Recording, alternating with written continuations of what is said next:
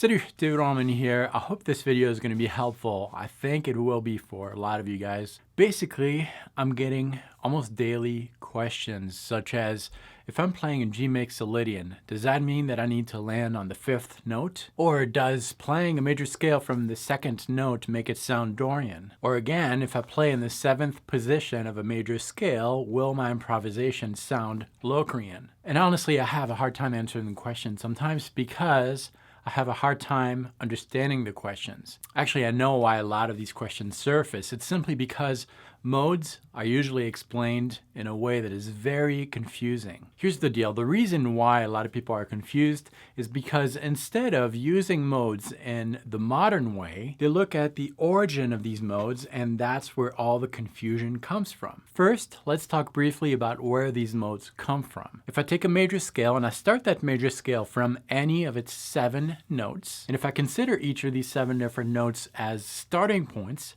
roots, I'm going to get to 7 different types of scales. These 7 scales are all part of the same master scale, the major scale. And if you stop your understanding of modes there, then that's going to generate a lot of the types of questions that I mentioned in the opening of this video. One might even wonder, what's the point in modes since they're all part of the same major scale? All I need to do is learn that major scale, and the rest, who cares? And yeah, if a player stops there, then that creates a lot of confusion, and the biggest confusion is, why even bother? In order to truly understand modes, we need to go one step further. Let's say that we use the C major scale to extract all the 7 modes. Starting that C major scale from any of its 7 notes will generate 7 different scales: C Ionian, D Dorian, E Phrygian, F Lydian, G Mixolydian, A Aeolian, and B Locrian. If we stop here, and a lot of players do, it's really difficult to differentiate one mode from the other. Each of these 7 modes have different roots, plus they're all extracted from the same major scale. These 2 elements together create major confusion. A player might think that I only need to learn the major scale, and anytime I have to play modal, whatever that means, I will have to play that major scale starting from a different note of that scale. If you take that approach, and I did for years, you might be thinking that that's a huge shortcut and you can play modally. Please don't do that. That's really going to confuse you. It's going to hurt your playing in the end, and it's not a shortcut. We need to take the extra step.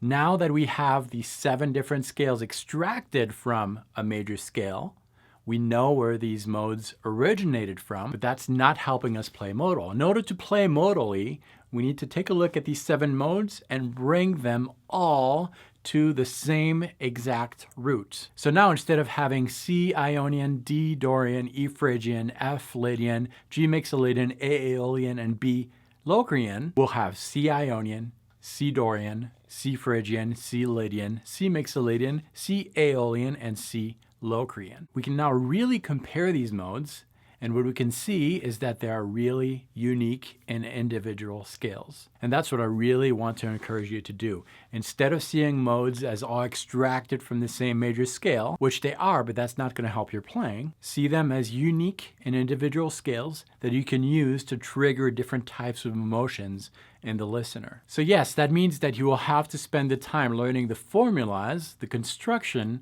and how to play these 7 different modes. And you might be thinking that that's way too much work. Why not just learn the major scale and start that major scale from a different note each time? Well, if you do that, you're never going to truly understand how these modes are constructed.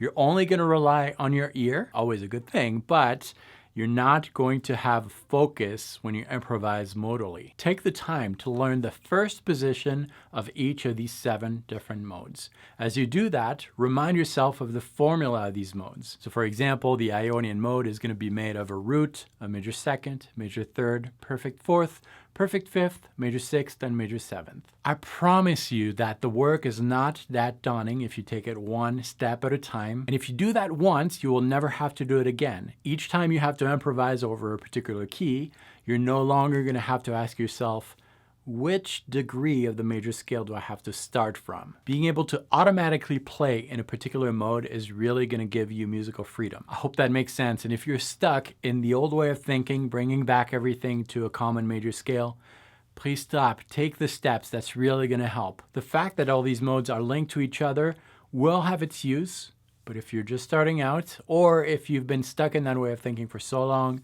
break it and really take the time to learn each of these 7 different modes and see them as unique and individual scales. If you haven't already, visit guitarinfusion.com, enter your email there. I'm going to send you a free course, the Music Theory DNA course. This free course is a great way to approach music theory. I'm going to give you a worksheet that you can download for free, and I'll teach you how to use it. At the end of that free Music Theory DNA course, I will tell you about the full Guitar Infusion course, which is a paid course, but you're not going to want to miss it. Thanks so much for watching this video. I'll see you very soon.